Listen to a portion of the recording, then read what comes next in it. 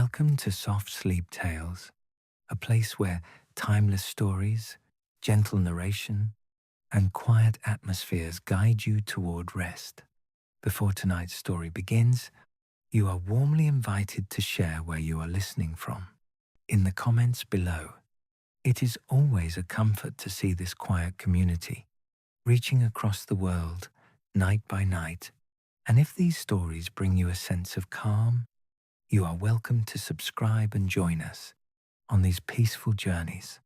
Now, take a moment to get comfortable. Settle into your bed or your favorite chair. Gently close your eyes, take a slow, deep breath, and allow the day to soften and fade. Let my voice carry you quietly into sleep, to a place where imagination drifts and rest comes naturally. The key was smaller than she expected. Ruth Vane had been handed it by the solicitor, a Mr. Doyle, precise and unhurried, with the manner of a man who had delivered difficult news many times and had learned to do it without drama, along with a manila envelope containing the deed to the property, the inventory, and a letter from her mother that Ruth had put in her coat pocket without opening. She had been putting her mother's letters in her coat pocket without opening them for 15 years. Old habit. She saw no reason to change it now simply because her mother was dead. The key was brass, old brass, worn smooth at the bow, with a label tied to it in her mother's handwriting. The shop. Just those two words. As though there were only one shop in the world worth labeling. As though anyone who needed to know would know. Ruth had driven down from London that morning 4 hours, the last 40 minutes on lanes that became progressively narrower and more serious, the hedgerows pressing in, the sky narrowing, the particular quality of Devon light arriving gradually, and doing what Devon light always did, which was to make everything look slightly more significant than it actually was. She had arrived in the village of Ashcombe at 2:30 and found Mr. Doyle's office above the post office and collected the envelope and the key and driven the remaining 2 minutes to the high street and parked outside the shop and sat in the car for a while, looking at it. The shop was at the end of the high street, between a bakery and a hardware store, in a building that was older than either of its neighbours. The facade was dark wood painted forest green at some point in the past, now faded to something between green and grey, which was, Ruth thought, a very Devon colour. A sign above the door, hand-lettered in gilt that had worn to a warm gold. Vane's Apothecary, est as 1923. Her grandmother had started it, her mother had inherited it, and now, apparently, it was hers. The logic of this was clear enough. She was the only child. There was no one else. Her mother had apparently not considered that Ruth had spent 30 years building a life in London that had nothing to do with Devon or apothecaries or the specific weight of being someone's only child. She got out of the car. The October afternoon was cool and very still. The high street quiet, a Tuesday in late October, in a small Devon village, had the particular quality of a day that had decided not to make much of itself. A woman with a basket coming out of the bakery, a dog waiting patiently outside the hardware store, the smell of wood smoke from somewhere nearby. Ruth stood on the pavement in front of the shop and looked at the sign. Vane's Apothecary, her name on a building she had never owned and had not asked to own. She put the key in the lock. The smell reached her before anything else. She had expected must or damp or the particular staleness of a space that had been closed up since August when her mother died. She had expected the smell of absence. Instead, lavender, and something beneath the lavender dried herbs, complex and slightly medicinal, the smell of things that had been stored carefully for a long time, and beneath that, something else, something she could not immediately identify, something that made the back of her throat feel like a memory she had not thought of in years. She stood in the doorway and breathed it in. Then she went inside.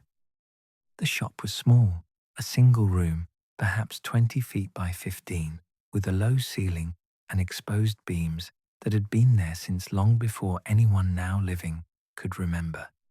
The walls lined with shelving dark wood, floor to ceiling, every inch of it occupied, glass jars of every size, labeled in her mother's neat hand, dried herbs in bunches hanging from the beams.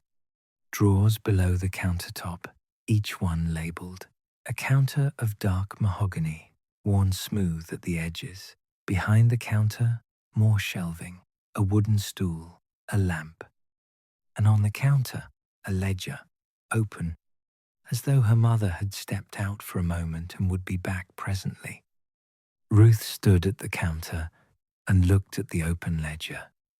The last entry in her mother's handwriting, the same small, precise hand as the label on the key. A date, the 14th of August, 6 weeks before she died. A customer's name, a preparation, a note about dosage. The ordinary record of an ordinary day in a shop that had been open for 100 years.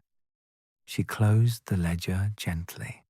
She set her bag on the counter and looked around the room, at the jars and the bunches of dried herbs and the labeled drawers, at the beams and the low ceiling and the floor of old stone flags, worn smooth in a path between the door and the counter. At the window looking onto the high street, the wavy old glass, the afternoon light coming through it and turning everything amber. She thought, I am going to have to sell this. She thought it practically, without guilt. She lived in London. She had a job in London. She had an apartment in London that contained her life. She did not know anything about apothecaries or Devon or the particular needs of a village she had visited perhaps 6 times in her adult life. Selling was the only sensible option. Mr. Doyle had said as much carefully, without recommendation. But the shape of the conversation had been clear. She would spend the week sorting through things, making an inventory, taking what she wanted and arranging for the rest to be handled. She would be back in London by the weekend. She went behind the counter. She opened the door at the back, a narrow door, barely visible in the shelving, and found the staircase to the flat above. Narrow stairs, stone, a door at the top that opened into a small sitting room that smelled of the same herbs as the shop below, that contained a sofa and 2 chairs and a bookshelf and a fireplace that had been cleaned and laid as though anticipated. A kitchen, a bedroom, a bathroom, everything small and orderly and entirely her mother. Ruth stood in the sitting room of her mother's flat, above her mother's shop, in her mother's village, and felt the particular feeling she had been avoiding since August. Not grief, exactly. Something more complicated. The feeling of a relationship that had been unfinished and was now, definitively, unable to be finished. The particular ache of a conversation that would never happen. She went back downstairs. She had things to do. She spent the afternoon going through the shop systematically, starting at the left wall and working her way around, taking stock, making notes, trying to understand the system her mother had used to organize the shelves. There was a system. She could feel its logic even if she could not yet read it. The jars were not arranged alphabetically or by type, not strictly. There was something else operating, some other ordering principle that would reveal itself if she spent enough time with it. Her mother had always been like that, everything ordered by a logic that was entirely internal, entirely consistent, and entirely opaque to anyone who had not spent enough time to learn it. Ruth had never spent enough time. That had been the problem, she thought, or one of the problems, or the shape of the problems, which was that there had always been something between them that required time and patience to understand, and she had never had the time or the patience, and her mother had never asked for them. She worked through the afternoon. By 5 o'clock she had catalogued the left wall and the back shelves and was beginning on the right wall when she found it. It was on the lowest shelf of the right wall, at the very back, behind two larger jars that had been positioned in front of it, not hiding it exactly, but not drawing attention to it either. A small bottle, glass, dark amber, perhaps 4 inches tall, no label on the front, no label on the back, no identifying mark of any kind. She lifted it carefully. It was perhaps a third full, a pale liquid, slightly viscous, catching the amber light from the window. She turned it in her hands, checked again for a label. Nothing. She lifted it to her nose and loosened the stopper slightly. The smell that came from it was... She stopped. She stood very still in the shop, with a small, unlabeled bottle in her hands, and felt something she had not felt in a very long time, and had not expected to feel standing in a Devon apothecary on a Tuesday afternoon in October. The smell was her mother. Not her mother's perfume, exactly, her mother had not worn perfume, but the smell of her. The particular combination of things that made up the smell of being close to her mother: lavender, and something herbal, and something warm, and something else that had no name but that Ruth had known all her life without ever having articulated it. The smell of her mother's kitchen in winter, the smell of her mother's coat when Ruth was small enough to press her face into it. She replaced the stopper carefully. She looked at the bottle. She turned it over one more time and found, on the very bottom, a small piece of paper fixed with a drop of wax. Not a label, a note folded very small, barely visible. She unfolded it carefully. 2 words in her mother's handwriting. Not yet. Ruth stood in the shop with the unlabeled bottle and the 2-word note, and the smell of her mother still faintly in the air. The October evening coming in through the wavy old window, the jars on their shelves, the dried herbs from the beams, the ledger on the counter with its last entry from the 14th of August. She set the bottle on the counter. She looked at it. Not yet. She thought about what that meant, about who the note was for, about whether it was a note at all, or simply a reminder to herself, some preparation not yet complete, some ingredient not yet added, some step in a process that her death had interrupted. She thought about it and did not arrive at an answer. She made a note of it in her inventory. Unlabeled bottle, amber glass, pale liquid. Note attached. Not yet. Purpose unknown. Then she went upstairs and made tea in her mother's kitchen and sat at her mother's small table and looked out at the Devon evening and thought about the practical business of the week ahead, the sorting, the decisions, the efficient, sensible plan she had made on the drive down. She did not open her mother's letter. Not yet. She slept in her mother's bedroom.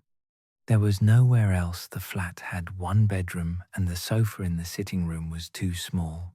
She had changed the sheets, which were in a drawer in her mother's particular way, folded exactly, lavender sachets between them.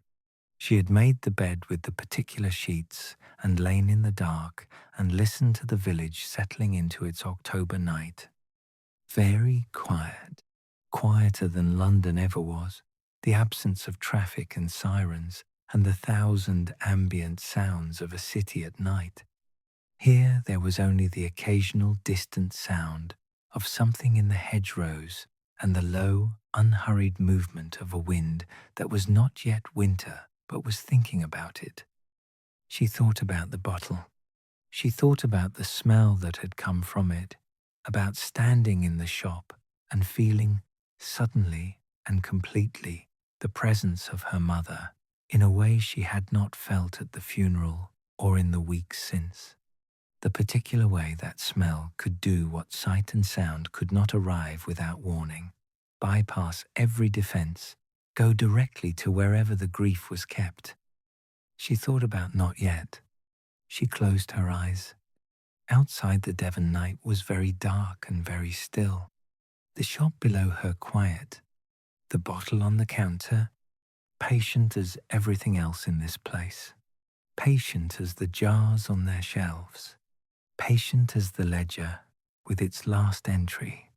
Patient as a mother who had spent 100 years in this village tending to what people needed and had left, on the lowest shelf of the right wall, behind two larger jars, a small unlabelled bottle with a two-word note that meant something Ruth did not yet understand. Not yet. She was asleep before she had finished the thought, deeply and quietly asleep, in her mother's bed, in her mother's village. For the first time, she found the ledgers on the second morning. Not the one on the counter. She had seen that already, had noted the last entry in her inventory, had closed it carefully and set it aside. These were different, a row of them on the lowest shelf behind the counter, below the drawers, in a space she had not noticed on the first day because it was dark and low, and the kind of place the eye passes over when it is looking for other things. She found them when she crouched down to examine the bottom drawers and saw, in the narrow space beneath the last drawer, the spines of a row of books. Identical books, the same dark red cloth cover, the same size, the same worn corners. She counted them as she pulled them out one by one and set them on the counter.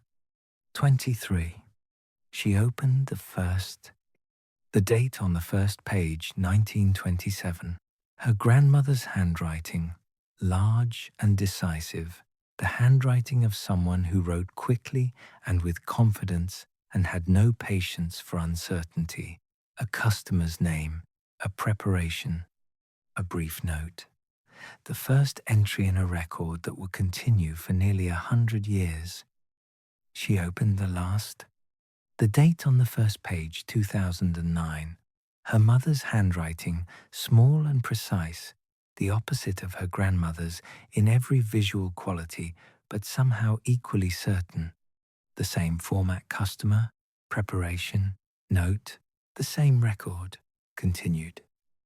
23 ledgers. Nearly 100 years of customers.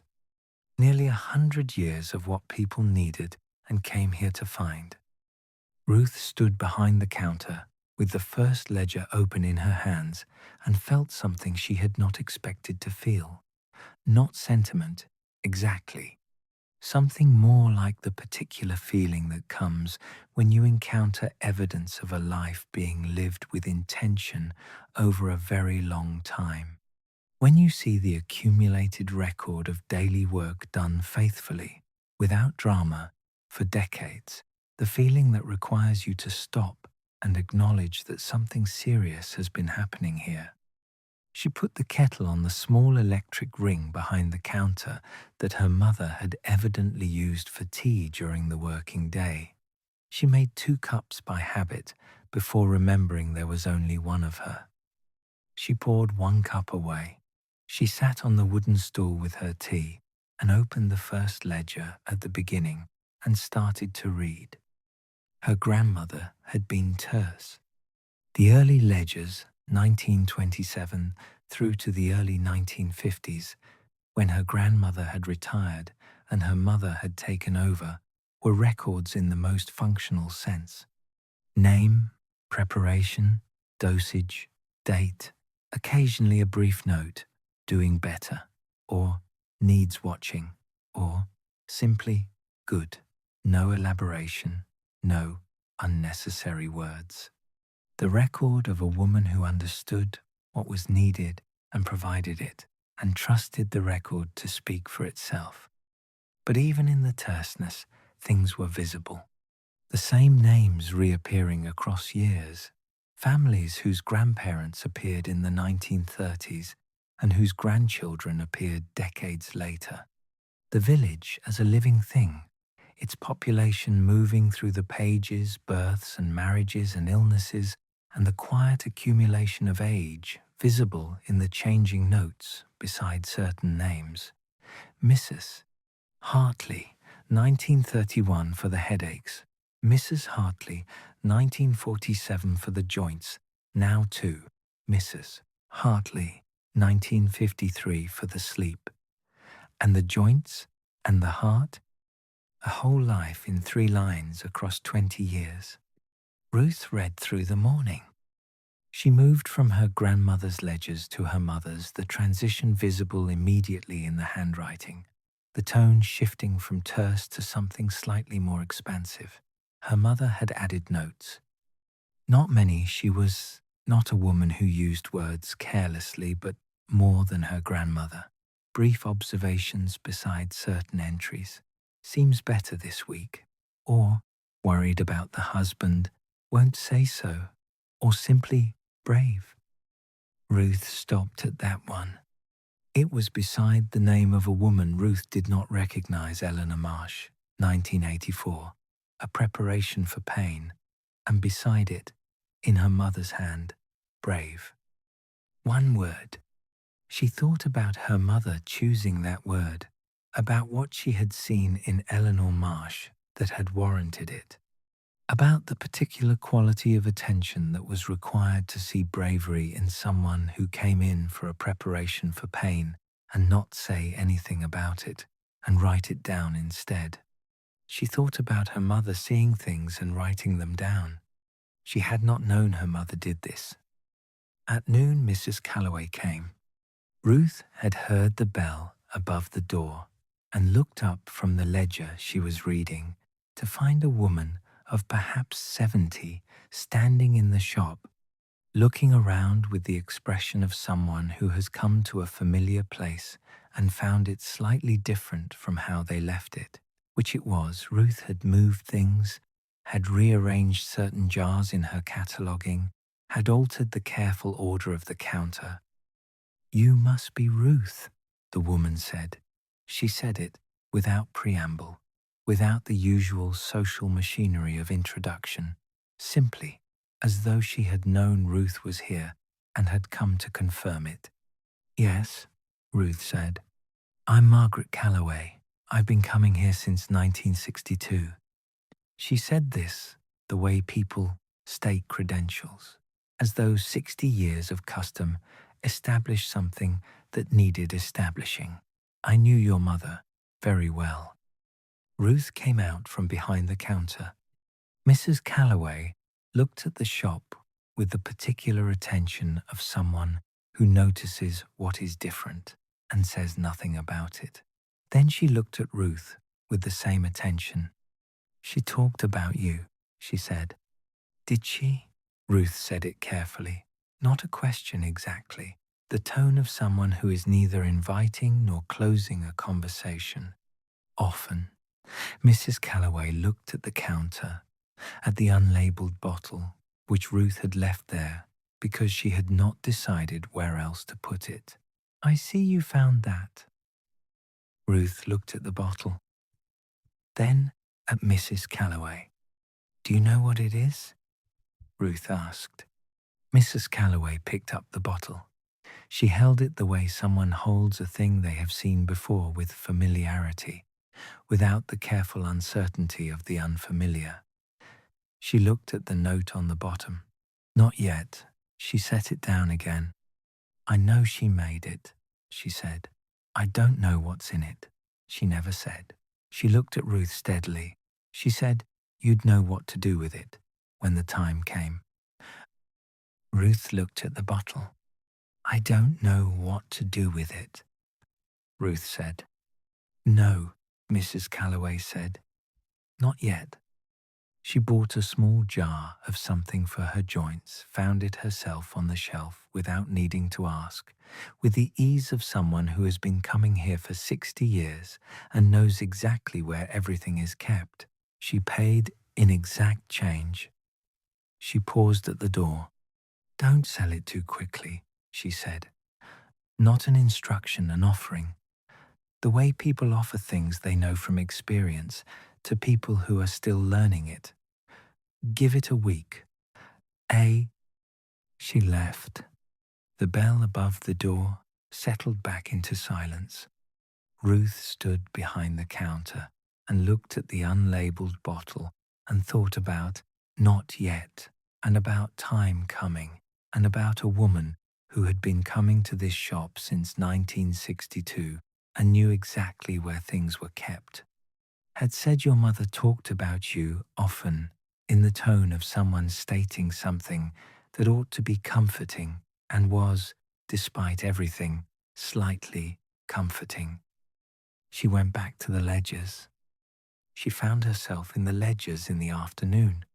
Not immediately, she had been reading through the 1980s, following the familiar village names across the years, when she turned a page and saw her own name, Ruth, just the first name, in the customer column, the way all the customers were listed, and beside it, in the preparation column, not a preparation at all, just a date, the 14th of September, 1976. And in the notes, column, 3 words, Ruth came home. She sat very still with the ledger open in her hands. The 14th of September, 1976. She would have been, she calculated, 7 years old. She did not remember coming to the shop at 7. She did not have many memories of the shop at all. Her parents had separated when she was 4. She had grown up in London with her father. The visits to Devon had been occasional and slightly formal, and had tapered off as she got older until they had stopped almost entirely. Ruth came home. She turned the page. The next entry in Ruth's name, the 22nd of December, 1981. She would have been 12. Christmas visit. Perhaps she had a vague memory of a Christmas in Devon, her mother's sitting room, a fire. Ruth came home. The same 3 words. Every time. Not a preparation, not a dosage, not a note about her health or her mood or her needs. Simply a record of presence. Ruth came home. The way her mother had recorded everything else faithfully in the ledger, as part of the ongoing account. Ruth turned the pages slowly, finding each entry with her name. They were not frequent every year or two, sometimes with longer gaps, each one the same. Ruth came home. The last entry, the year before her mother died. Ruth came home. She remembered that visit. She had driven down for a weekend the first time in 4 years. Her mother had been quieter than usual. They had walked in the village and eaten supper and watched an old film on television and said very little of substance. Ruth had left on the Sunday feeling that the visit had been insufficient in some way she could not articulate and had not been back. Her mother had written it in the ledger. Ruth came home, as though it belonged in the record alongside Eleanor Marsh's bravery and Mrs. Hartley's joints and 60 years of the village coming through the door with what they needed. As though Ruth coming home was a thing of the same order, something worth noting, something that had occurred, something that was part of the account of this place and the people it tended. Ruth closed the ledger. She set it on the counter and looked at the bottle. Not yet. She thought about what her mother had been waiting for, what the not yet referred to, whether the bottle was for her, whether it had always been for her, made and waiting on the lowest shelf of the right wall for whenever Ruth came home for long enough to find it. She did not know. She found she was not in a hurry to know. The afternoon light was going amber in the wavy old window, the jars on their shelves, the dried herbs from the beams, the 23 ledgers on the counter in their row.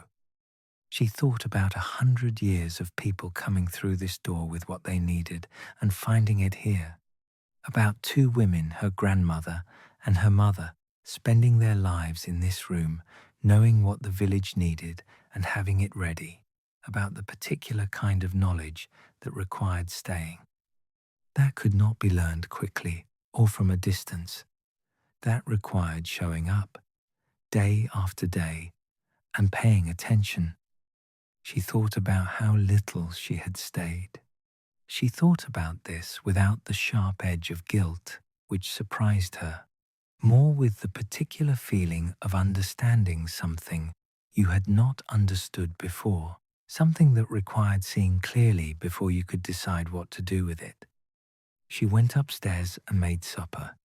She ate at her mother's small table and looked out at the Devon evening, the high street going quiet, the last light on the rooftops, the particular amber of a Devon October dusk that she was beginning to know. She thought, give it a week. Mrs. Calloway's words, not an instruction, an offering. She thought, all right. That night she opened her mother's letter. She had been carrying it in her coat pocket for 2 days.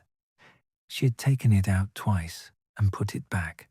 The third time she took it out, she was sitting in her mother's armchair, in her mother's sitting room with her mother's fire going, and she thought, all right, now. The letter was short. Her mother had never used more words than were necessary. Dear Ruth, I know you will want to sell the shop, and I understand why. It makes every practical sense. I am not writing to ask you not to. I am writing to ask you to read the ledgers before you decide. All of them, if you have time, or as many as you can. I think they will tell you things about this place that I was never very good at saying directly. I was not good at saying things directly to you. That is my failure, and I am sorry for it. There is something on the lowest shelf of the right wall behind the 2 larger jars. You will know what it is when you find it. I am not certain when it will be ready. Perhaps it already is. Perhaps it needs a little more time. I made it for you. I have been making it for a long time. I hope you will stay long enough to find out what it is for. Your mother. Ruth read it twice, then a third time. Then she folded it carefully and held it in her hands for a while. She thought about, I was not good at saying things directly to you. About the ledgers, and Ruth came home. About 23 red ledgers and 100 years of faithfully recorded presents, and a single unlabelled bottle with a 2-word note. She thought about all the things her mother had said in the only language she had been fluent in, the language of preparation and record and the small noting of things that mattered.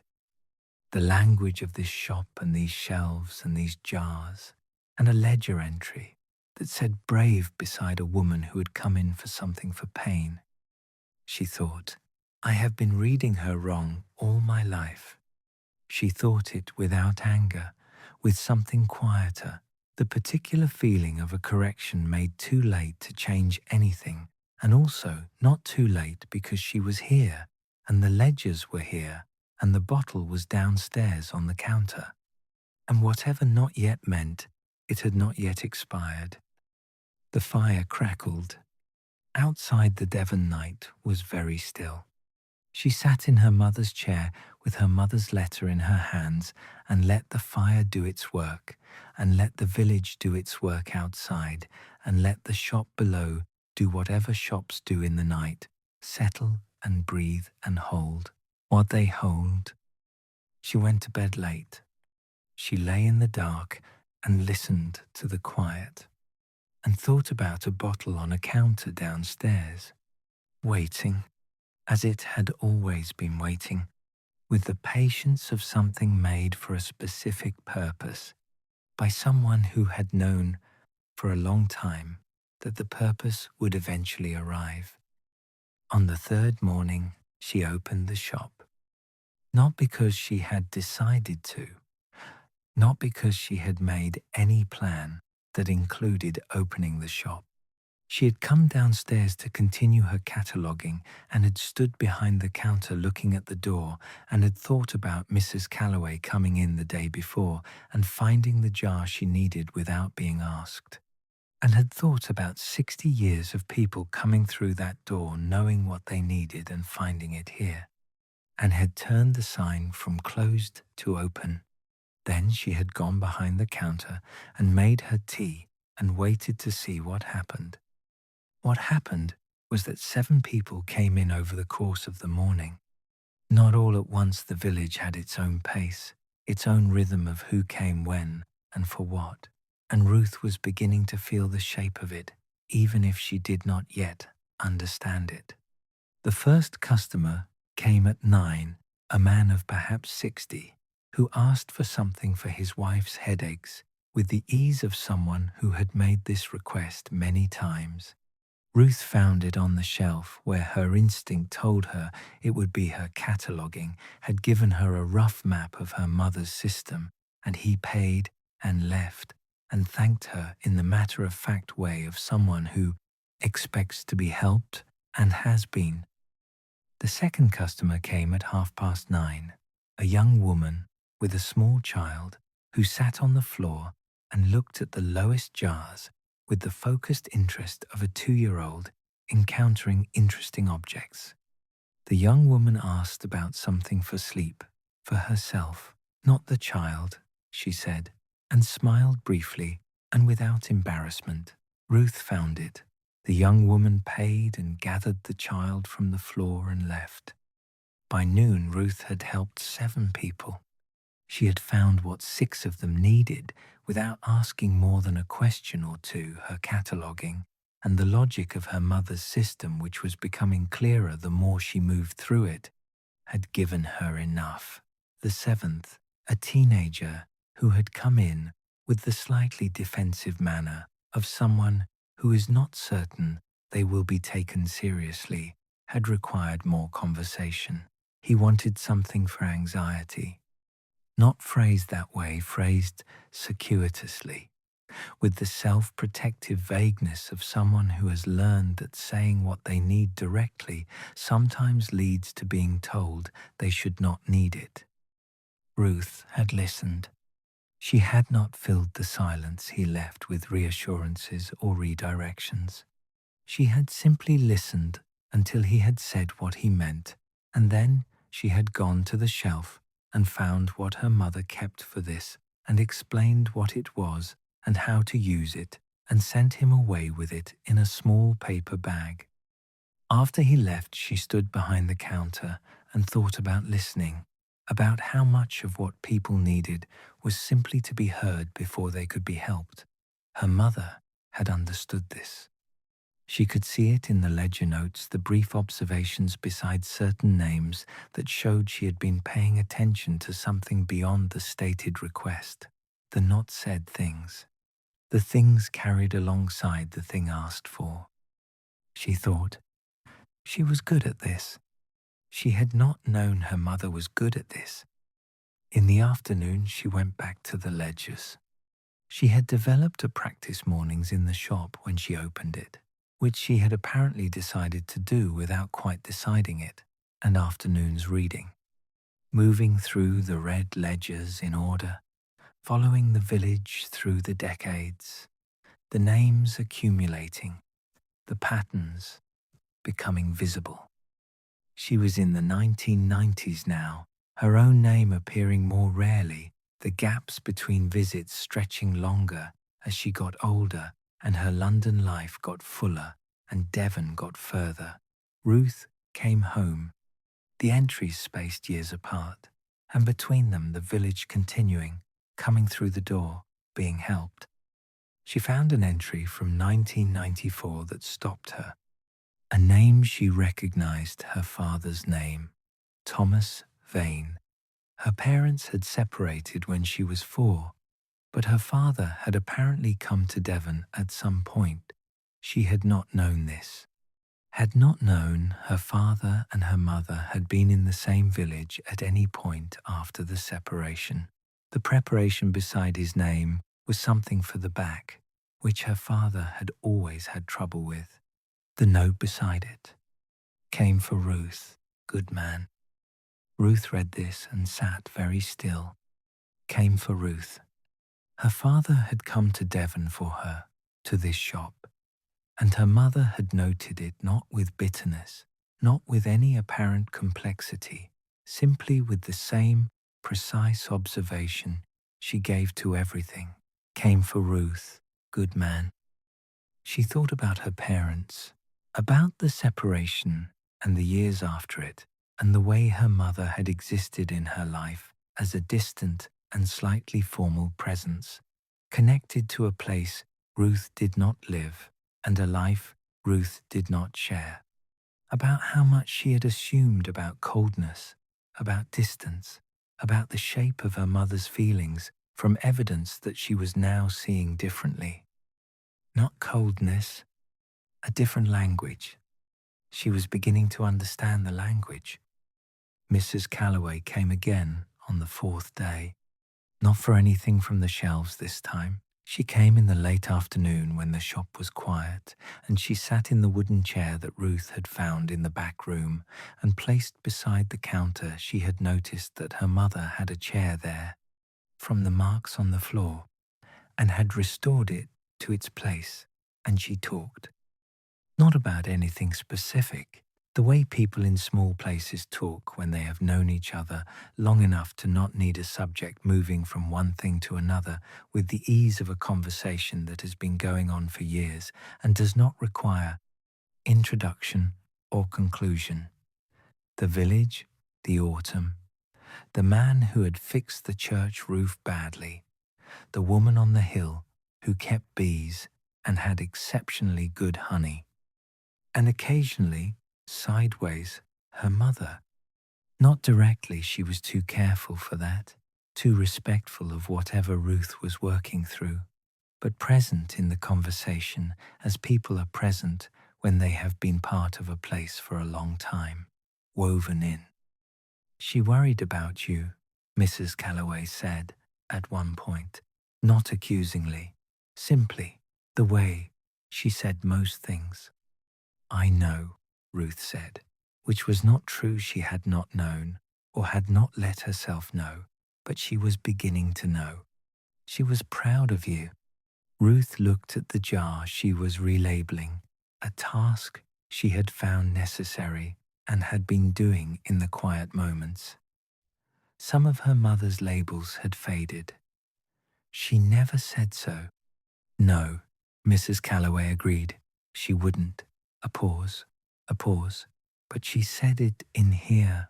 She gestured a small gesture, encompassing the shop, the shelves, the counter. Everything she didn't say, she put in here somehow. Ruth thought about the ledgers, about Ruth came home in the customer column, about Brave beside Eleanor Marsh, about I was not good at saying things directly to you in the letter she had read by the fire. Yes, she said, I'm beginning to see that. Mrs. Calloway left at 5. She paused at the door as she had the first time. How long are you staying? She asked. Ruth had been asked this question by Mr. Doyle, by herself, by the practical logic of a life in London that was waiting for her. She had been answering it as a week, a practical week to sort things out. She found she did not say that. A while longer, she said. Mrs. Calloway nodded once and left. Ruth stood behind the counter in the quiet shop and looked at the unlabelled bottle. On the 5th day, she found her grandmother's notes. Not in the ledgers, a separate notebook, small, tucked at the very back of the drawer she had been most puzzled by. The drawer was labelled in her grandmother's hand, particulars, and had contained things she could not account for in her cataloguing. Small envelopes, bolded papers, objects too small to identify without closer examination, and the notebook at the back. She brought it to the counter and opened it. Her grandmother's large, decisive handwriting, not a record, more like a manual. The logic of the shop written down, the system explained, in the unsentimental, practical language of her grandmother, for whoever came after. The organization of the shelves, not alphabetical, not by type, but by what she called the need behind the need. The thing people asked for on one side and the thing they actually needed on the other, and the understanding that sometimes these were the same and sometimes they were different, and the skill was in knowing which was which. Ruth read through it slowly. The notebook was a kind of inheritance she had not known existed, the accumulated practical wisdom of a woman who had spent 40 years learning what people needed and had written it down for the next person. Her mother had added to it. Ruth could see the additions, her mother's smaller hand filling gaps between her grandmother's entries, updating certain things, adding observations of her own. A collaboration across generations. A conversation conducted in the margins of a notebook in a Devon shop. She thought about the bottle. She thought about the not yet. She looked through the notebook more carefully, looking for any mention of it, any entry that might describe what it was or what it was for. She found it near the end, a page in her mother's hand, written more recently than the surrounding entries, the ink darker, the paper less yellowed. For R, made from what the garden gives in the year she comes back for good, not ready until she is. Leave it, it will know. Ruth read it 3 times.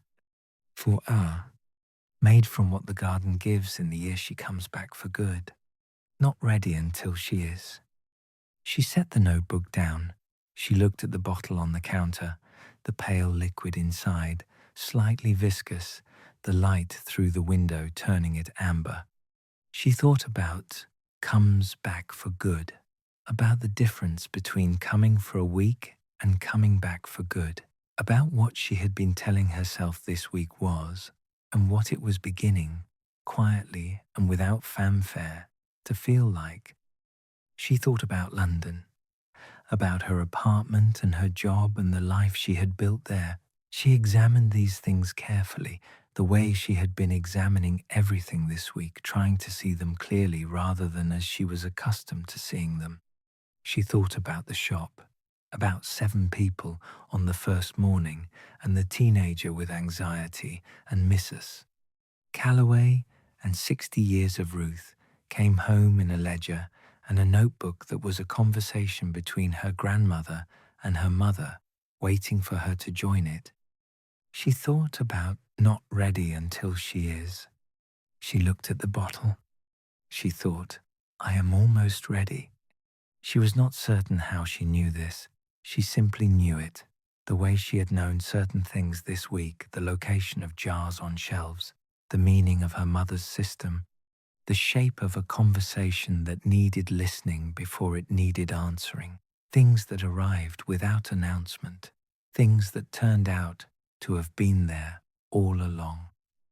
She made her tea. She went back to the notebook. She read until the shop was dark and the Devon evening was settled outside the window, and the bottle on the counter caught the last of the light and held it.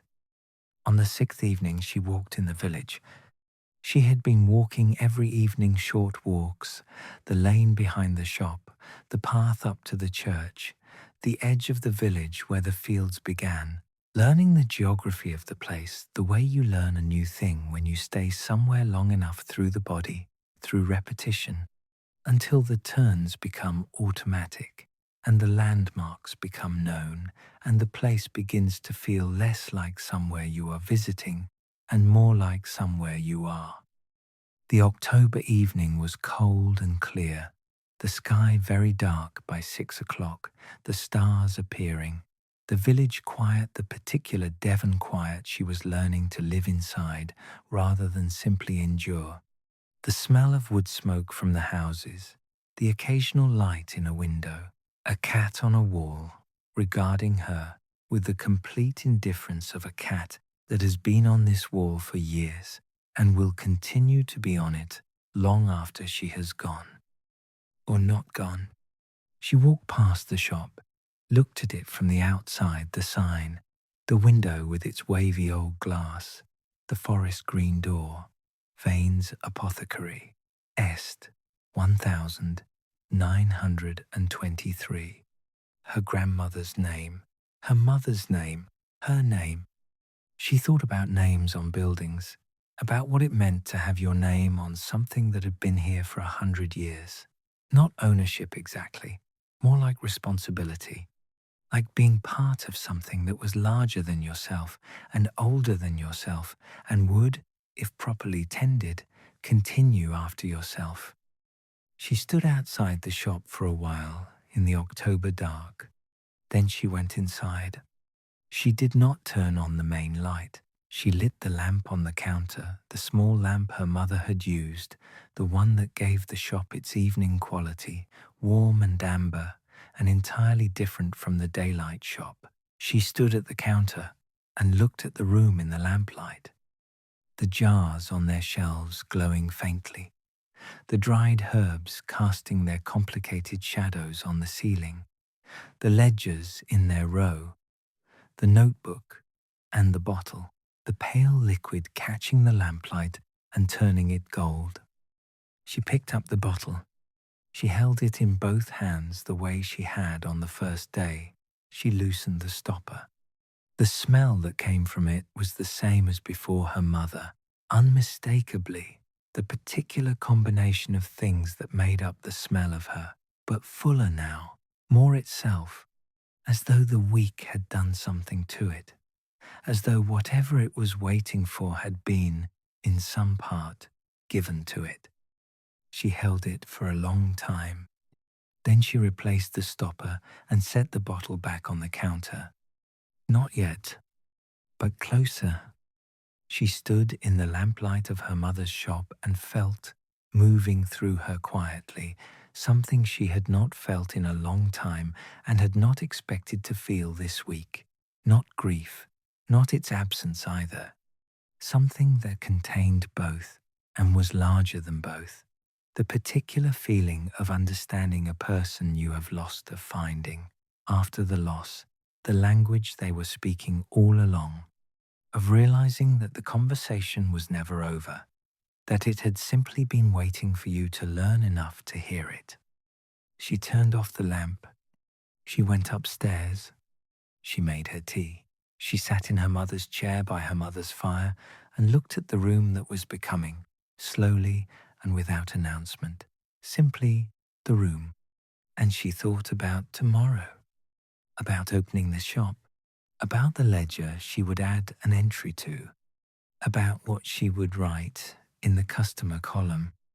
She thought she knew what she would write.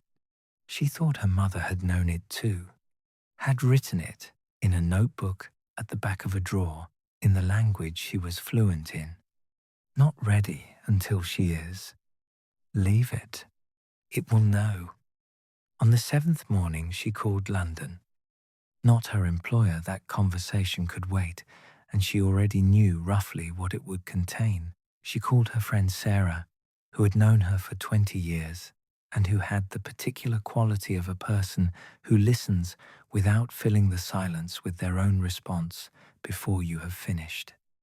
She stood at the window of the flat above the shop with her tea and looked out at the Devon morning grey and soft, the first suggestion of November in the air, the high street below just beginning to wake, and she told Sarah about the shop and the ledgers and the bottle and the notebook, and Mrs. Calloway and Ruth came home in the customer column for 40 years. Sarah listened. When Ruth had finished, Sarah was quiet for a moment. Then she said, "Are you going to stay?" "I think so," Ruth said. "I'm not certain yet." "You sound certain," Sarah said. Ruth considered this. She looked at the high street below, at Vane's Apothecary from above the sign, the window, the forest green door, at the bakery next door opening its shutters. At the woman walking a dog on the far pavement who raised a hand in greeting to someone Ruth could not see. Perhaps, she said. Good, Sarah said. Simply and without qualification, the way Mrs. Calloway had said good. The way the people in this place seemed to say things without embellishment, without the social padding that London had trained her to expect around significant statements. She hung up and finished her tea and went downstairs and opened the shop. The morning was quiet.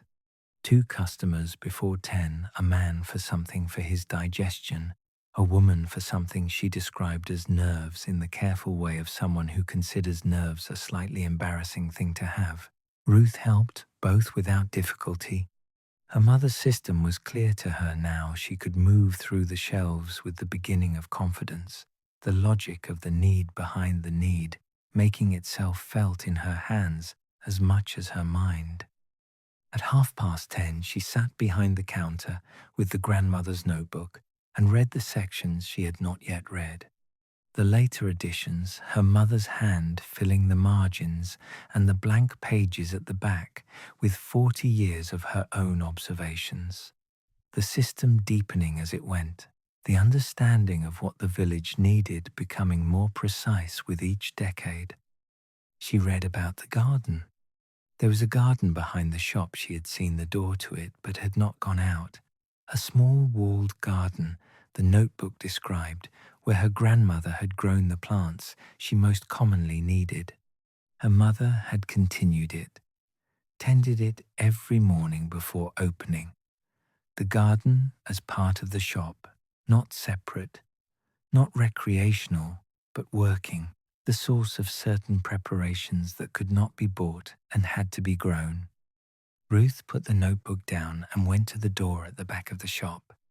A narrow door, different from the one that led to the flat. She opened it. The garden was small and walled in old stone, the same warm grey Devon stone as everything else, perhaps 30 feet by 20. The beds arranged in a pattern she recognized from the notebook, the same organization as the shelves inside, the same logic. What went together on the shelves grew together here. The need behind the need, expressed in soil. October had done its work on the garden. The beds were thinning, the summer plants finished, the autumn ones still holding. Lavender along the far wall, going woody, rosemary thick and dark. Certain things she recognized and certain things she did not. The whole of it slightly overgrown from the weeks since her mother died, not badly, not beyond recovery, but in need of attention. In need of someone to show up.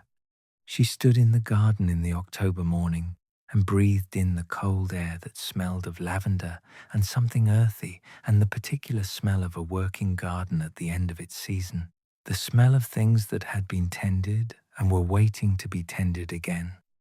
She thought about the bottle, about made from what the garden gives in the year she comes back for good. She looked at the garden and tried to identify what might be in it, what combination of things from these beds might produce the pale liquid in the amber glass bottle that smelled of her mother. She could not identify it, not yet. She thought that was all right. She thought she had time to learn. Mrs. Calloway came in the afternoon with a woman Ruth had not met. A woman of perhaps 55, Ruth's rough contemporary, she thought, or near enough. Dark hair going grey, the kind of face that suggested she had spent time outdoors and was not unhappy about it. She was introduced as Janet, who lived on the hill and kept the bees and made the honey Mrs. Calloway had mentioned. Janet looked around the shop with the assessing eye of someone who has been here many times and is noting what is different. "You've rearranged slightly," she said, not a criticism, an observation. "I was cataloguing," Ruth said. "I may not have put everything back correctly. Your mother would have moved it back." A pause. "You'll learn where it goes." They bought what they needed, Janet a jar of something for her hands, Mrs. Calloway, the same joint preparation as before. They stayed for tea. Ruth made it at the small ring behind the counter, and they sat Mrs. Calloway on the chair, Janet on the stool Ruth brought from the back, Ruth behind the counter, and talked the way Ruth was learning people talked in this shop, about everything and about what mattered equally, without separating the two. "Your mother trained you," Janet said at one point, looking at the shelves. "She didn't," Ruth said. "I haven't been here." "Not in person," Janet said.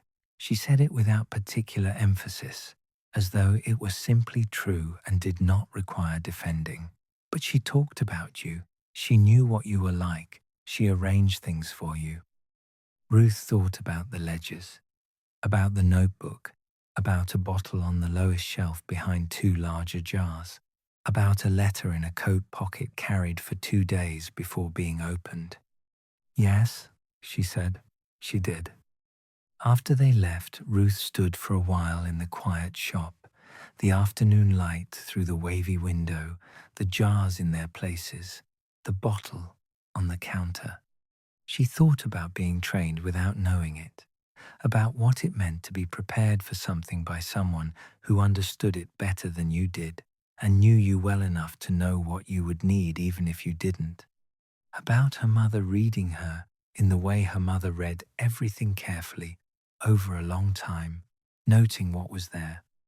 She thought about the customer column in the ledger. Ruth came home. She thought about all the times she had come home and not understood that she was being watched with the same attention her mother gave to everyone who walked through the door, being noted, being known, in the only language available. She picked up the bottle. She held it for a moment. Then she set it down and picked up the pen and opened the current ledger to the next blank page. She wrote the date at the top. Then, in the customer column, simply Ruth. And, in the notes column, after a moment, came home for good. She looked at what she had written. The 3 words in the customer column. Her own handwriting this time, neither her grandmother's large, decisive hand, nor her mother's small, precise one. Her own, different from both, and not unrelated to either, the third hand in the ledger, the third generation in the shop. She closed the ledger and set the pen down. She looked at the bottle. She opened it that evening.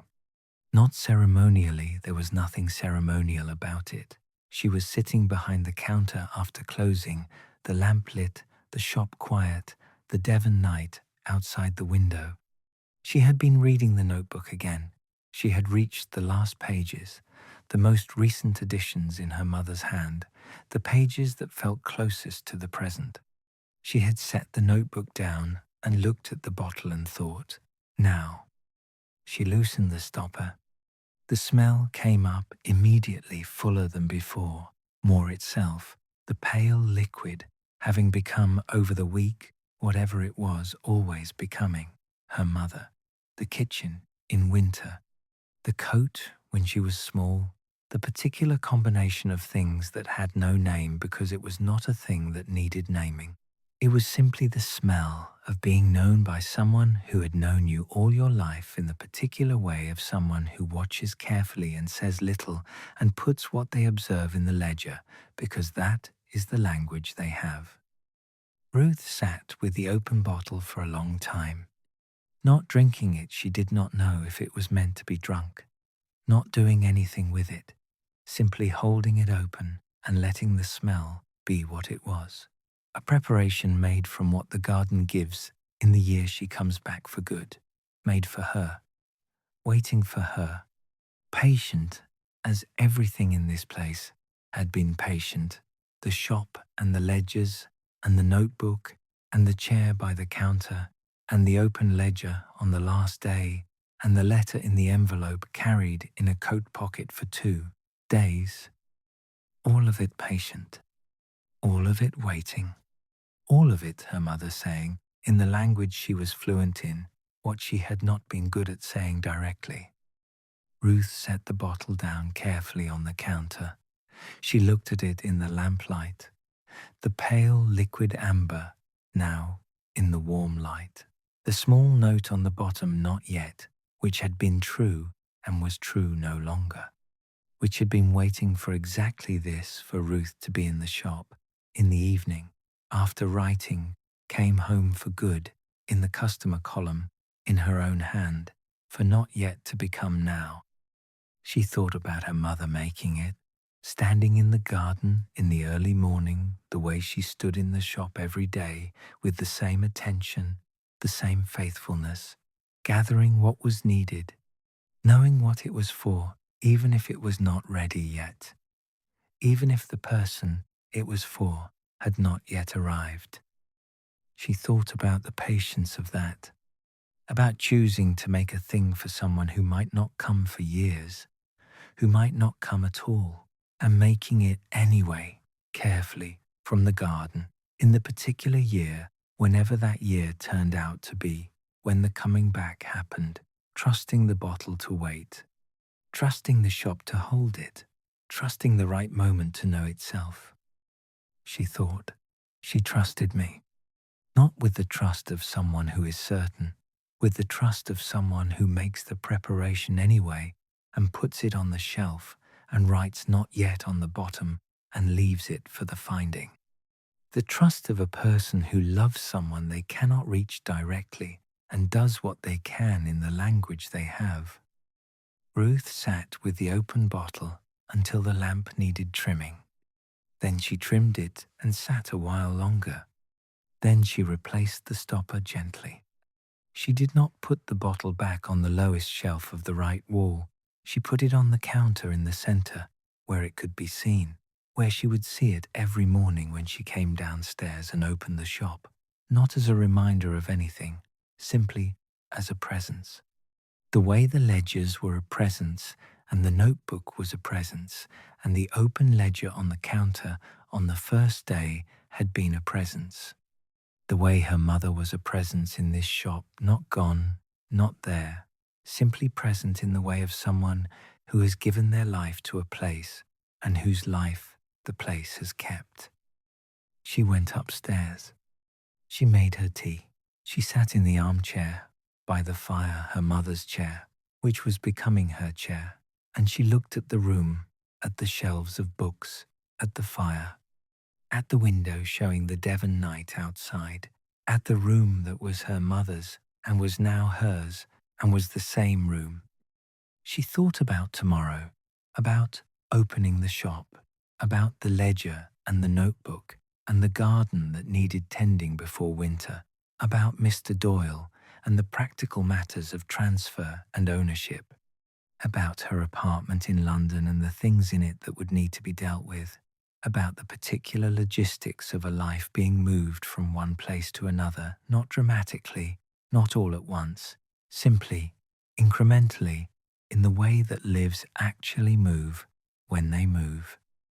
She thought about the bottle on the counter downstairs, about not yet becoming now, about the particular quality of a thing that has been waited for long enough that when it arrives, it feels not like a surprise, but like a recognition, like something that was always going to be this way, that the waiting had been making possible all along. She went to bed before the fire had fully burned down. The Devon night was very still. The village settled into its particular quiet, the kind of quiet she no longer needed to fill, that she had learned to live inside the way her mother had lived inside it for 60 years. The quiet of a place that has been here a long time and intends to remain and has no particular urgency about anything. She lay in the dark and listened to the shop below, its small sounds, the settling of old stone and old wood, the slight movement of the herbs hanging from the beams in whatever current of air moved through the building in the night, the particular quality of a room below a room, the sense of the shop being present, going about whatever shops go about in the night, holding what it held, being what it was. She thought about the ledger entry she had written. Came home for good. She thought about the third hand in the ledger, about the conversation she had joined, the conversation between her grandmother's large, decisive hand and her mother's small, precise one, about what she would add to it, about the notes she would write beside the customers who came through the door, the small observations, the things worth recording, the language she was learning and would go on learning for as long as she was here. She thought about her mother, not with the sharp edge of grief that had softened over the week, had become something more workable, something she could carry while also doing other things, carrying it and working alongside it, the way her mother had carried whatever she carried while tending the shop and the garden and the village for 60 years. She thought, I understand you better now. She thought it quietly, to the room and to the shop below and to the garden behind the shop with its lavender and its rosemary and its beds waiting for attention, to the ledger on the counter with its new entry, to the bottle in the center of the counter with its stopper replaced and its pale liquid at rest. I understand you better now, and I will keep learning. Outside, the Devon night was deep and dark and entirely still. The stars were out over the village. The shop below was quiet and full and patient, and on the counter, in the center, where it could be seen, the bottle, its pale liquid amber in whatever light the night provided, no longer waiting, simply present, as her mother was present, in the jars and the ledgers and the notebook and the garden and the order of the shelves and the chair beside the counter and the lamp and the worn stone path between the door and the counter and everything in this shop that had been tended carefully for 100 years and would go on being tended. Ruth closed her eyes. The village was quiet. The shop was quiet. The Devon night held everything gently, as it always had, as it would